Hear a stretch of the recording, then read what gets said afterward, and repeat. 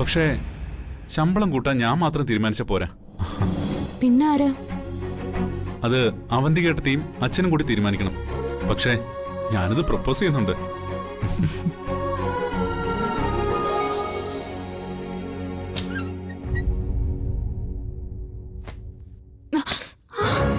എന്റെ കണ്ണ്.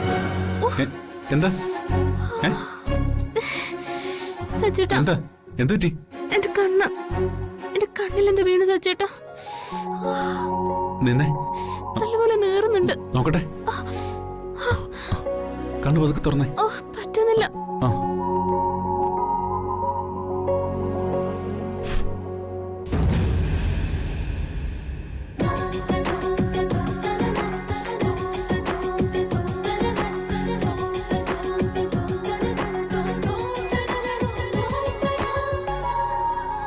ഇപ്പൊ എങ്ങനുണ്ട്? മതി മതി സച്ചേട്ടാ. മതിയോ?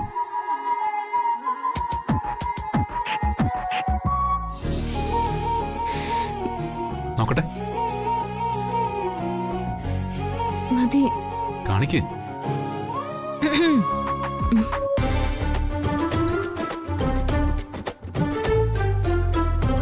ഈ കഥകെങ്കിലും ഒന്ന് അടച്ചൂടെ സച്ചി?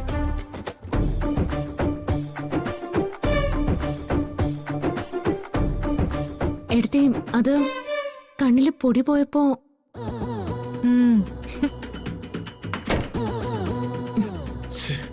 ആകെ നാണക്കേടായി.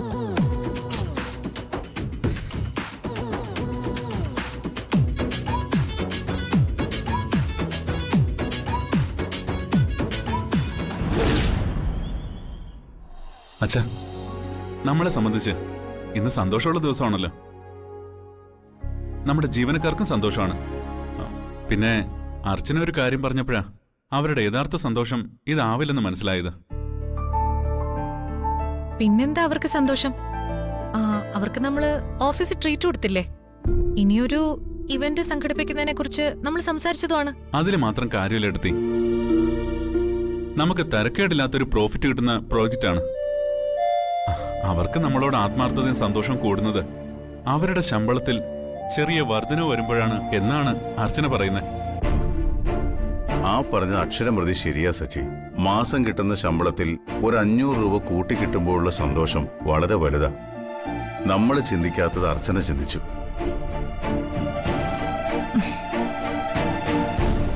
നന്നായി മോളെ, നിങ്ങൾ ആലോചിച്ചൊരു പേ ഹൈക്ക് തീരുമാനിച്ചു. ഞാൻ സമ്മതിച്ചിരിക്കുന്നു.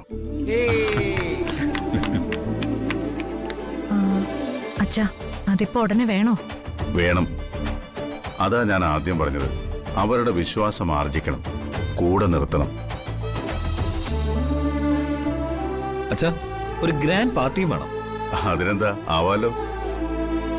അച്ഛാ, എനിക്കൊരു ആഗ്രഹമുണ്ട്, പറയാമോന്നറിയില്ല. അതിന് അനുവാദം തന്നെയാ മോളെ. വരുന്ന തിങ്കളാഴ്ച അച്ഛന്റെ 60ാം പിറന്നാളാ, ഷഷ്ടിപൂർത്തി. നമുക്ക് അതും കൂടി ഒന്ന് ആഘോഷിച്ചാലോ?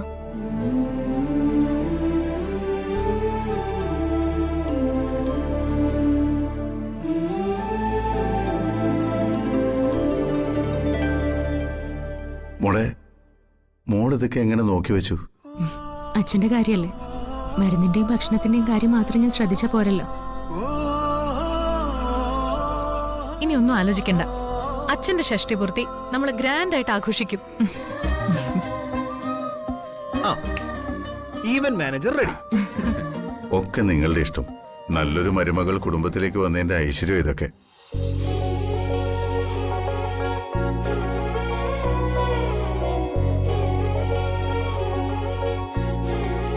എന്റെ 2 മരുമക്കളും എന്റെ 2 കണ്ണുകൾക്ക് തുല്യ.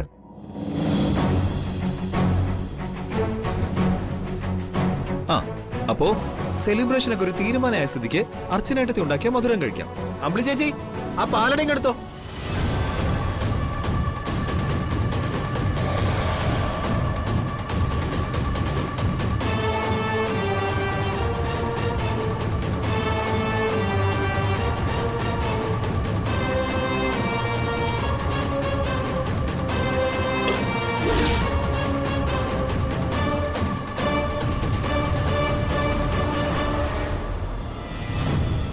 പായസം ഞാൻ വിളമ്പിത്തരാം. ഇപ്പോ ആരാദ്യം കഴിക്കണം? അത് അങ്കിളിൽ നിന്ന് തന്നെ തുടങ്ങുന്നതായിരിക്കും നല്ലത്. അത് വേണ്ട. ഇന്നത്തെ പായസത്തിന്റെ ക്രെഡിറ്റ് അവന്തിയേക്കും സച്ചിക്കും ഉള്ളതാ. അപ്പൊ അവന്തിയെ എന്ന് തുടങ്ങാം. അത് നല്ലതാ അച്ഛാ. അവധിയെടുത്തിയല്ലേ എല്ലാത്തിനും മുന്നിൽ നിന്ന് ആ പ്രൊജക്ട് നേടിയെടുത്തത്.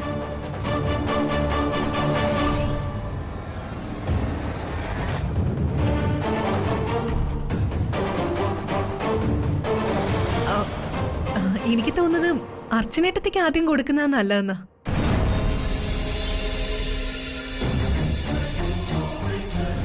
അതും നല്ല ആലോചനയാ. ഇന്ന് ഏറ്റവും അധികം സന്തോഷിച്ച അച്ചു. ഞാൻ വിളിച്ചു പറയുന്നവരെ ടെൻഷനിലായിരുന്നെന്ന് തോന്നുന്നു. നിങ്ങൾ ആരെങ്കിലും ഒന്ന് കുടിച്ചു തുടങ്ങുന്നുണ്ടോ? മനുഷ്യനിവിടെ കൺട്രോൾ ചെയ്യാൻ പറ്റുന്നില്ല. അച്ഛനല്ലേ നമ്മുടെയൊക്കെ വഴികാട്ടി. അതുകൊണ്ട് അച്ഛൻ എന്നെ ആദ്യം വിളമ്പാം.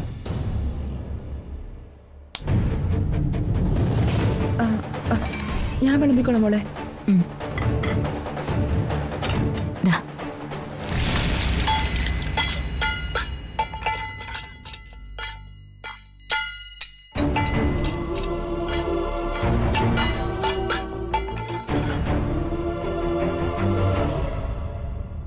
നീ എന്ത് തോന്നിയാസ കാണിച്ചത്? അയ്യോ എടുത്തി, വേണ്ട എടുത്തി, തല്ലല്ലേ, വേണ്ട, അറിയാതെ പറ്റിയതല്ലേ. അറിയാതെയോ? ഇവര് മനഃപൂർവ്വം ചെയ്തതാ, നമ്മുടെ സന്തോഷം കളയാനായിട്ട്.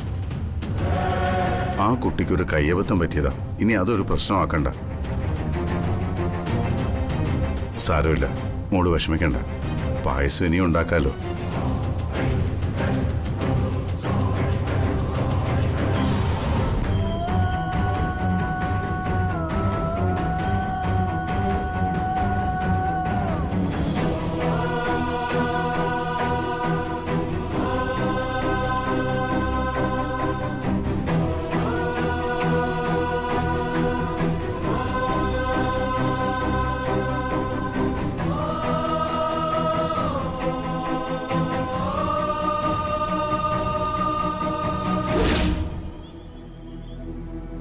വല്ലാത്ത സങ്കടമായിപ്പോയി സച്ചേട്ടാ. അതിന് മാത്രം എന്ത് തെറ്റാ പാവം ചെയ്തത്? അറിയാതെ കൈതട്ടിപ്പോയതല്ലേ. അവന്തികടത്തി അങ്ങനെ പെരുമാറുമെന്ന് ഞാൻ തീരെ പ്രതീക്ഷിച്ചില്ല. എത്രയോ കാലമായി നിങ്ങൾക്കെല്ലാം വെച്ചം വിളമ്പി തരുന്ന ആളല്ലേ. അമ്പിളി ചേച്ചിയുടെ മനസ്സ് എന്തുമാത്രം വേദനിച്ചു കാണും. അച്ഛനല്ലാതെ വേറൊരാൾ പോലും ഒരു അക്ഷരവും മിണ്ടിയില്ല ആ പാവത്തിനോട്. ഞാൻ കരുതി സച്ചേട്ടനെങ്കിലും ഒന്ന് പ്രതികരിച്ചേനെന്ന്. ഏട്ടത്തി ഇങ്ങനെ ദേഷ്യപ്പെടുന്നത് ഞാൻ കണ്ടിട്ടില്ല. ജീവിക്കാൻ വേണ്ടി സ്വന്തം കുടുംബത്തെയും മക്കളെയും ഭർത്താവിനെയും ഒക്കെ മറന്ന് മറ്റൊരു വീട്ടിലെ അടുക്കളയിൽ കിടന്ന് കഷ്ടപ്പെടുമ്പോൾ അവരുടെ മനസ്സ് എത്രമാത്രം സങ്കടപ്പെടുന്നുണ്ടാവുമെന്ന് ആലോചിച്ച് നോക്കണം സച്ചേട്ടാ. എന്നാലേ അതിന്റെ സങ്കടം മനസ്സിലാവൂ. വീട്ടുകാരെ ഓർത്ത് ആ പാവം ഒറ്റയ്ക്കിരുന്ന് കരയുന്നത് പോലും ഞാൻ കണ്ടിട്ടുണ്ട്. കഴിഞ്ഞത് കഴിഞ്ഞു. ചിലപ്പോൾ നമ്മളെയൊക്കെ ഞെട്ടിച്ചോണ്ട് ഏട്ടത്തി അമ്പിളി സ്നേഹിക്കുന്നേം കാണാം.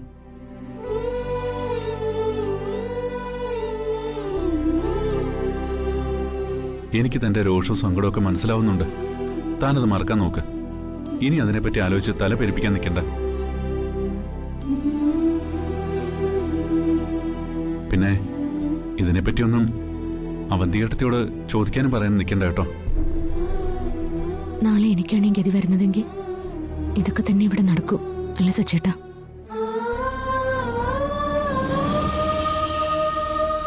ഞങ്ങളുടെ ജീവിതത്തിലെ സുപ്രധാനമായ ഒരു ദിവസമായിരുന്നു ഇന്ന്. അതെന്താ, എന്തെങ്കിലും വിശേഷങ്ങളുണ്ടായോ? അത് ഞങ്ങൾ വർഷങ്ങളായിട്ട് കാത്തിരുന്ന വിശേഷം. വിക്ടോറിയ അസോസിയേറ്റ്സ് എന്ന് കേട്ടിട്ടുണ്ടോ? അവരുടെ ഒരു മെഗാ പ്രോജക്റ്റ് ഞങ്ങൾ ഡിസൈൻ ചെയ്തു. ഓ ഗ്രേറ്റ്, കൺഗ്രാറ്റുലേഷൻസ്.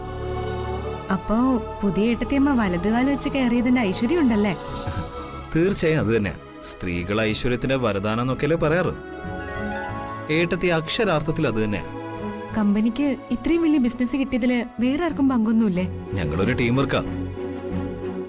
ഒരാളെയും അങ്ങനെ വേർപിരിച്ച് കാണാറില്ല. ഇത്രയും വലിയ ബിസിനസ് കിട്ടിയിട്ട് പാർട്ടി ഒന്നും ഉണ്ടായിരുന്നില്ലേ? അത് വലിയൊരു സങ്കടത്തിൽ അവസാനിച്ചു. അതെന്താ? പുതിയ പ്രോജക്റ്റിന്റെ പേരിൽ അർച്ചനടുത്ത് വീട്ടിൽ പായസം ഉണ്ടാക്കി. പായസോ? അതൊക്കെ ഉണ്ടാക്കാൻ അറിയോ നിങ്ങളുടെ ഏട്ടത്തിക്ക്? നല്ല അസലായിട്ട് ഏട്ടത്തി പാചകം ചെയ്യും. ഒരു ചായ ഉണ്ടാക്കിയാൽ പോലും നല്ല ടേസ്റ്റാ. എന്നിട്ട് വീട്ടിലെന്ത് നടന്നു? ഞങ്ങൾ രാത്രി ഭക്ഷണം കഴിക്കാതിരുന്നപ്പോ എടുത്തി പായസം വിളമ്പാനായി കൊണ്ടുവച്ചു. അതിനിടയിൽ വീട്ടിലെ സെർവന്റ് അമ്പിളി ചേച്ചി എന്തോ എടുക്കാൻ കൈനീട്ടിയപ്പോ പായസം മൊത്തം പറഞ്ഞ് ടേബിളിൽ വീണുപോയി. അയ്യോ, ആർക്കും കുടിക്കാൻ കിട്ടിയില്ലേ? കഷ്ടമായി പോയല്ലോ. അതല്ല സങ്കടം, അമ്പിളി ചേച്ചി അവന്തികേട്ടെത്തി എല്ലാരും മുമ്പ് വെച്ച് തല്ലി. തല്ലിയോ ആ പാവത്തിന്? അറിഞ്ഞുകൊണ്ട് തല്ലിയതല്ലോ, അറിയാതെയല്ലേ? അറിയാതെ കയ്യബദ്ധം പറ്റിയതാ. ശോ, എന്നാലും അങ്ങനെ ഒരാളെ തല്ലാൻ പാടുണ്ടോ? കഷ്ടായി പോയില്ലേ? എന്നിട്ട് നിങ്ങളാരൊന്നും പറഞ്ഞില്ലേ? അവന്തിക ഏട്ടത്തിയല്ലേ, അമ്പിളി ചേച്ചിക്ക് ഒന്നും പറയാൻ പറ്റില്ല. ദേഷ്യം വന്ന ഏട്ടത്തിക്ക് ആരാണെന്നുള്ള ഒരു നോട്ടവും ഇല്ല. രാക്ഷസിയെ പോലെ.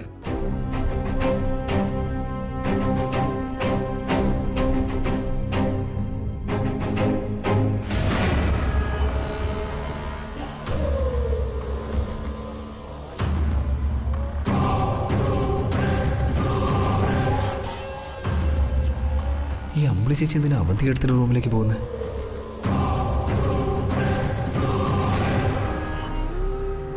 ഈശ്വര, അച്ചു ചേച്ചിയുടെ കയ്യിൽ നിന്നാണ് ഇത് സംഭവിച്ചിരുന്നെങ്കിൽ അവന്തികേടത്തെയും അച്ചു ചേച്ചിയും തല്ലുമായിരുന്നോ? നീ എന്തിനാ ഇനി എന്നെ കാണാൻ വന്നത്? ഇത്രയും കാലം നിന്നെ ഒന്നും പറയാതിരുന്നതും ശാസിക്കാതിരുന്നതിനും കാരണമേ നിന്നെ ഞാൻ വീട്ടുജോലിക്കാരിയായിട്ട് കാണാതിരുന്നോണ്ടാ. നീ വന്ന കാലം മുതൽ നിന്നെ ഇവിടുത്തെ ഒരു അംഗത്തെ പോലെ തന്നെ കാണുകയും പരിഗണിക്കുകയും ചെയ്തോണ്ടാ. പക്ഷേ ഇന്നത്തെ സംഭവം എനിക്ക് ചിന്തിക്കാൻ കഴിയില്ല. അതൊക്കെ എനിക്ക് അറിയാം മാഡം, നിങ്ങളൊക്കെ എന്നെ എങ്ങനെയാ പരിഗണിക്കുന്നതെന്ന്. എന്നിട്ടാണോ നീ ഇങ്ങനെ ചെയ്തേ? അത് നീ അറിയാതെ കൈതട്ടി വീണതാണെന്ന് ഞാൻ കരുതുന്നില്ല. നീ മനഃപൂർവ്വം ചെയ്തതാ. അതെന്തിനാന്ന് എനിക്ക് മനസ്സിലാവാത്ത.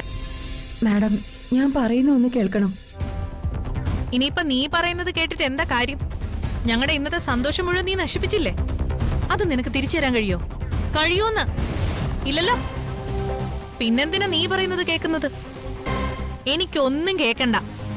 നീ എന്റെ മുമ്പിൽ നിന്ന് പോയി തന്നാ മതി. മാഡം, ഞാൻ പോയിക്കോളാം മാഡം. എനിക്ക് പറയാനുള്ളത് പറയാൻ മാഡം ഒന്ന് സമ്മതിക്കണം. നിനക്ക് കരഞ്ഞു പറഞ്ഞ് കാല് പിടിക്കാനല്ലേ? ഞാനൊന്നും അറിഞ്ഞോണ്ടല്ല ചെയ്തത്, കയ്യബദ്ധം പറ്റിപ്പോയതാണെന്നൊക്കെ. ഇനി നീ കാല് പിടിച്ചിട്ട് കാര്യമില്ല അമ്പിളി. വെറുതെ എന്റെ ടെൻഷൻ കൂട്ടാതെ ഒന്ന് പോകുന്നുണ്ടോ? ഇനി നിന്റെ സേവനം വേണ്ടാന്ന് വെച്ചാ വേണ്ടാത്തത് കൊണ്ട് തന്നെയാ.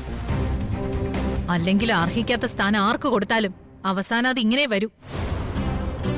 നീ പോകുന്നുണ്ടോ ഇല്ലയോ? ഞാൻ അറിഞ്ഞുകൊണ്ട് എന്നെ തട്ടിമറിച്ചതാ മാഡം. നിന്നെന്താ ചെയ്യേണ്ടതെന്നറിയോ? എന്ത് ധിക്കാരാ നീ കാണിച്ചത്? എന്തോ തെറ്റുപറ്റിയെന്ന് ഞാൻ കരുതുമ്പോ നീ ധാർഷ്ട്യത്തോടെ നിന്ന് സംസാരിക്കാ. ഞാനത് തട്ടിക്കളഞ്ഞില്ലായിരുന്നെങ്കിൽ നിങ്ങളെല്ലാം ഇപ്പൊ ആശുപത്രി കിടന്നേനെ. എന്തിന്? നീ എന്തൊക്കെയാ പറയുന്നേ? പായസം കുടിച്ചാൽ എങ്ങനെ ആശുപത്രിയിലാവുന്നേ? അർച്ചനക്കുഞ്ഞുണ്ടാക്കിയ പായസത്തിൽ അനക്കക്കുഞ്ഞ് സാനിറ്റൈസർ ഒഴിച്ചു.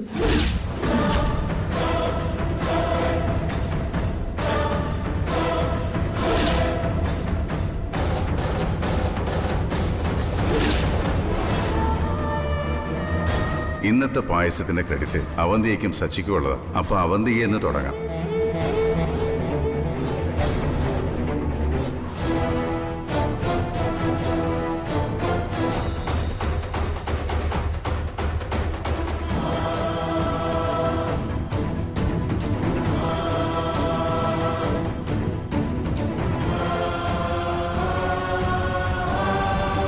ചേച്ചി എന്തിനാ പിന്നെ ഇവിടെ നിർത്തിയിരിക്കുന്നത്? ഇപ്പൊ തന്നെ ഇറക്കി വിട്ടൂടായിരുന്നോ? വീണ്ടും ചേച്ചിയുടെ കാല് പിടിച്ച് ഇവിടെ തന്നെ നിർത്താനാണോ പ്ലാൻ? ചേച്ചി എന്തോന്നും മിണ്ടാത്തെ?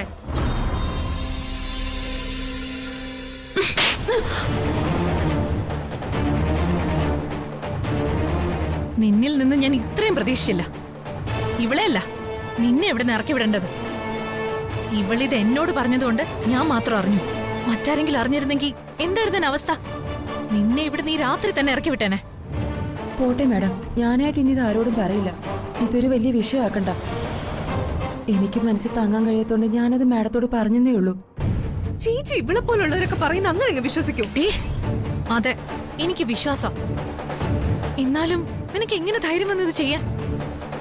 ആ പായസം കുടിച്ചിരുന്നെങ്കിൽ ഇവിടുത്തെ ആൾക്കാരുടെ അവസ്ഥ എന്താവുമായിരുന്നു? ഇപ്പം എല്ലാരോടും ഹോസ്പിറ്റലിൽ കിടന്നേനെ, വാർത്തയും വന്നേനെ. നെല്ലിശ്ശേരി കുടുംബം ആത്മഹത്യക്ക് ശ്രമിച്ച് ആശുപത്രിയിലായെന്ന്. അതിന് ഞാനൊന്നും ചെയ്തില്ലല്ലോ. പറയടി, ഞാൻ എന്താ ചെയ്തത്? ഞാൻ പായസത്തിൽ എന്തെങ്കിലും ഒഴിക്കുന്ന നീ കണ്ടോന്ന്? കുഞ്ഞിങ്ങനെ ചെയ്തുകൊണ്ടാണല്ലോ ഞാൻ പറഞ്ഞത്. ഞാൻ കണ്ടു. പക്ഷേ എനിക്കപ്പോ ഒന്നും പറയാൻ കഴിഞ്ഞില്ല. അർച്ചന കുഞ്ഞറിയും, പിന്നെ എല്ലാവരും അറിയും. അതുകൊണ്ട് ഞാൻ മനഃപൂർവ്വം തട്ടിക്കളഞ്ഞതാ. എനിക്ക് അതേ വഴിയുണ്ടായിരുന്നുള്ളൂ.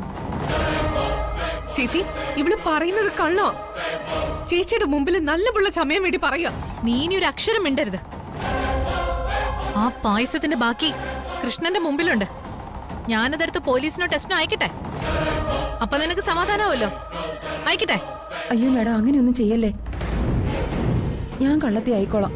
എല്ലാ തെറ്റും എന്റെ തലയെ വെച്ചോട്ടെ. എന്നാലും ഇനി ഇതാരും അറിയരുത്. ഇതോടെ ഇത് തീരട്ടെ.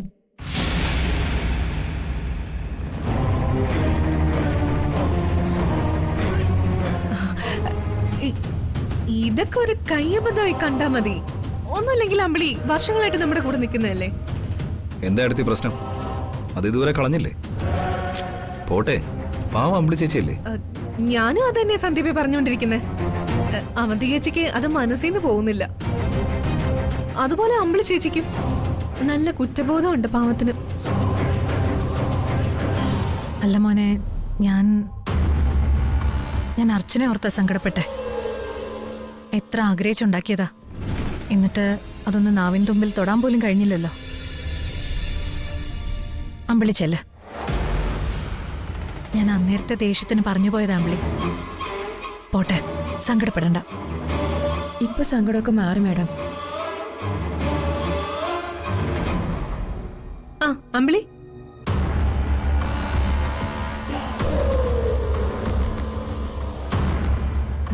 ഇത് നീ ആരോടെങ്കിലും പറഞ്ഞ നീ തീർന്നു. ഇതൊന്നും ഒരു കാര്യമാക്കണ്ട. ഒരു മൂത്ത ചേച്ചി വഴക്ക് പറഞ്ഞു എന്ന് കരുതിയാ മതി. അമ്പിളിച്ചല്ലേ. പാവം വല്ലാതെ സങ്കടപ്പെട്ടു പോയി അല്ലേ അടുത്തി? വിളിച്ച് ആശ്വസിപ്പിച്ചപ്പോ സമാധാനം കാണും. ഓക്കെ അടുത്തി.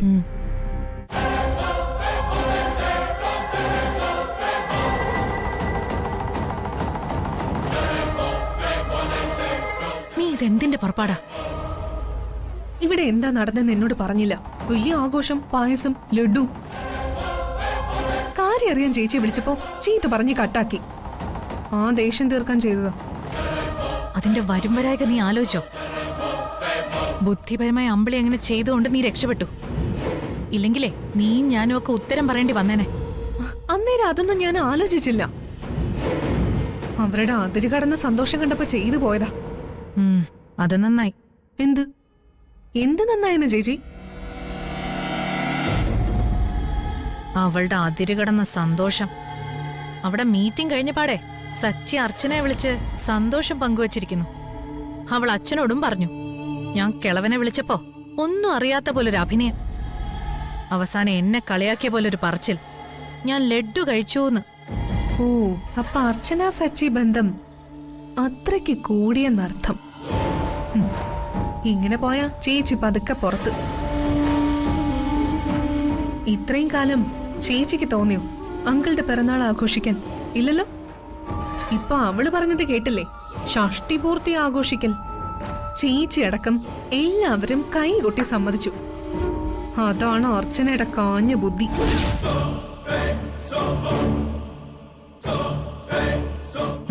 ശരിയാ, ബുദ്ധിമതി അവള്. കമ്പനിയിലെ ജീവനക്കാർക്ക് അവളുടെ വക ശമ്പള വർധന. ഇതിനൊരു തടയിടണം, എത്രയും നേരത്തെ.